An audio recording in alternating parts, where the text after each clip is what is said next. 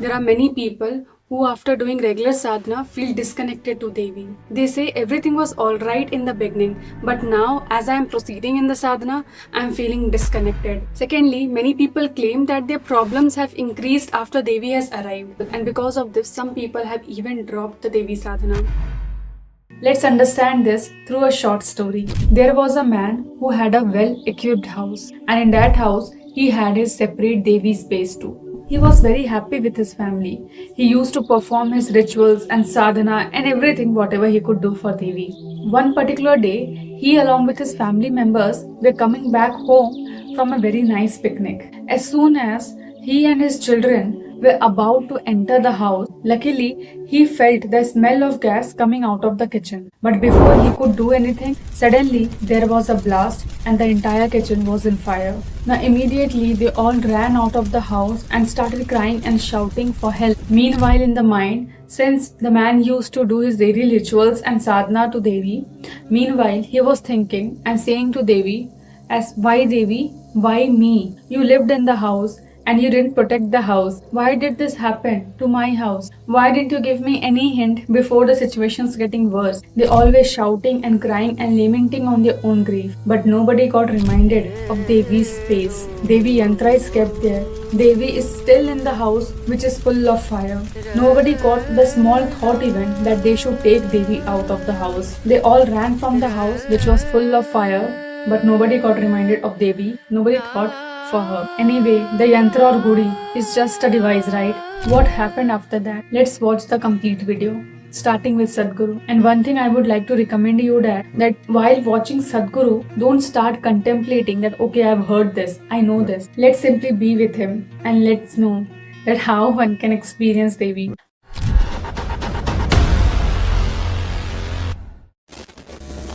What is consecrated as Devi is a physical form here.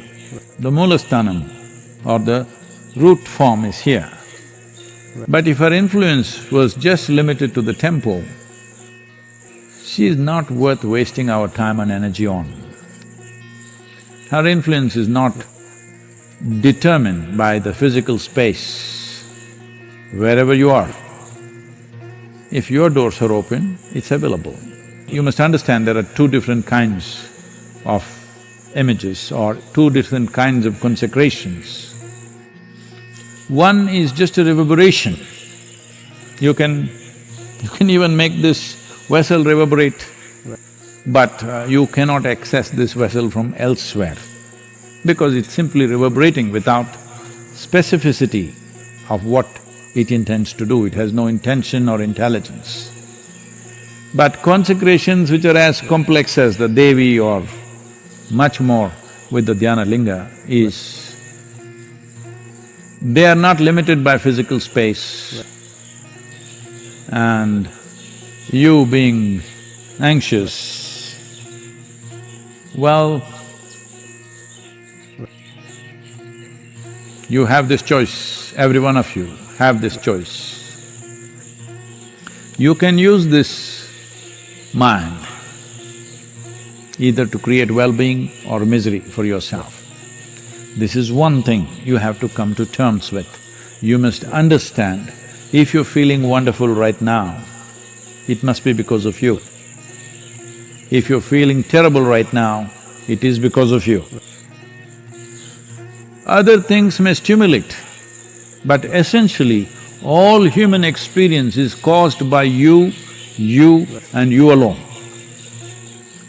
How much are you enslaved to external situations is simply determined by how compulsively reactive you are. If you're very reactive, what is around you will determine how you are right now. If you are a conscious response to the world in which you live, your well-being will be very much in your hands. Devi's grace can be used for something much higher. After listening to Sadhguru, One thing is quite sure, that Devi is not just another tool. My intention to put that story in front of you was not the fire or the house or how Devi protected the family or the yantra was inside the house. My intention was nothing in all these. I'm not trying to show you that what Devi is, what she has done and what she's trying to do. My intention behind that story was to bring in front of you your priority. We all want to feel Devi, experience her, but did we really keep her as our top priority? The process that has been taught to you regarding yantra or sadhana works best if you make Devi your priority. This is so with anything that is subjective. Even for the love affair to work, it's all a question of priorities. If you regard something or someone as far more important than yourself, that dimension becomes beautiful for you. But our basic consciousness has been trained in such a way that if we see something, we start thinking about how useful this can be to us. In the sense, what is the takeaway for me? And the same thing happens with Devi too. We think we have done our sadhana, all the rituals, and now our work is done. But the real exam comes in the moment of crisis, when we bow down to her just for asking her help. In the above story, the man forgets that she is inside the house. She is burning in that fire. He was just lamenting. We all do the same thing. We just lament on our own grief. But what we do with her? The yantra or the gudi is just a tool. Even if it burns, what is going to happen, right? But let me tell you that the yantra, the Devi yantra, is the extension of Mala Rupa. That means it is a pure energy form of Linga Bhairavi that is present at Isha Yoga Center. And this will remain alive as long as the original energy form will remain in the complete vibrant form. She is a powerful energy form that has no intentions of her own. Just like we are also an energy form, but we are not able to maintain a particular level of consciousness because the compulsions of our thought, our emotions and our body rules out and contaminate our consciousness. We might all have experienced this, that one moment we are super joyful, but another moment we become shockingly horrible. But this is not the case